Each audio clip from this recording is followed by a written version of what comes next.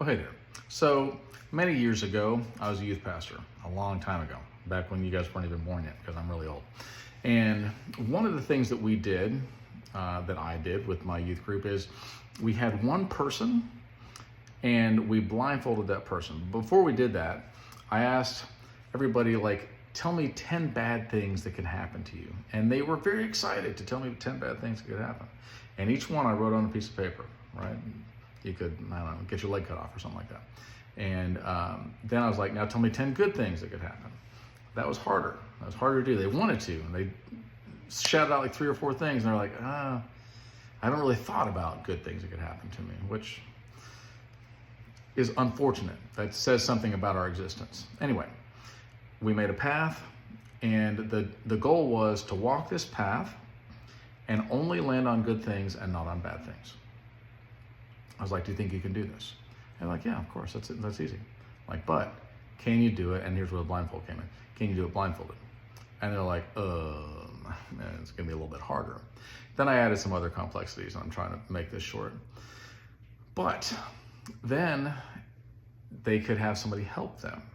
And this person was their conscience in this analogy. And so the person could stand next to them and could tell them, lift your leg up, move your left foot over, don't put it down yet, farther to the left, right there, and go down. And guide them quietly. They couldn't touch them, they couldn't force them, they couldn't pick their foot up and move it. They had to sit next to them and quietly tell them. And they're like, now do you think you can walk this path? And they're like, well, yeah, that's easy. You know, if I just listen and if they will guide me correctly, then I think I can hit everything good and nothing bad. But then we add another level of complexity, and that is that everybody else could be on all sides of this path of their life, if you will, and they could say anything, good or bad, true or a lie. There was no rules for them. They could scream and yell, whatever. They couldn't move their foot, but they could tell them anything they wanted to, and they could all just have chaos all around them. And it sounds simple. You're like, just listen to the conscience. That's all you have to do. However, having done this many times myself and watched other people do it, it is much more difficult than you think. And that is a perfect analogy for us having to listen to God. There is chaos around us, and it is very easy to get caught up in whatever anybody says, okay? And we have to listen to the still small voice that's next to us. We have to go, hold on now. Everybody else, shh. What do I need to do? And listen. And they will not shh. They will chaos. But we have to stop and go, what is the right thing? Because remember, Satan rushes men and God guides them. And so we have to take a breath. Now, I took that to a whole nother level, and that is the beginning of a book that I wrote called Everyday Angels. And I think that this book is wonderful, not just because I wrote it, but because I think that it tells a wonderful story. And in this story, somebody's like, I want to do the right thing, but I don't know, and I need to have signs. And so they start looking for signs.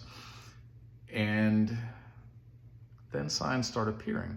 But they're usually the things like, do the harder thing, love the unlovely person, take the short end of the stick, lose money on this deal. And he's like, I don't want to do that stuff. I want to do the fun stuff. I want to like love the lovely people, and I want to do the good stuff, and I want to make the big money, and I want my life to be easy.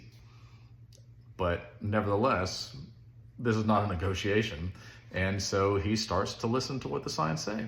And he starts to look, and he goes, this is hard. But then afterwards, he's like, but I'm happier. And the whole world might not be a better place, but my world is a better place. And that person's world is a better place. And I feel happier in my heart, to the point where I feel like my heart is overflowing.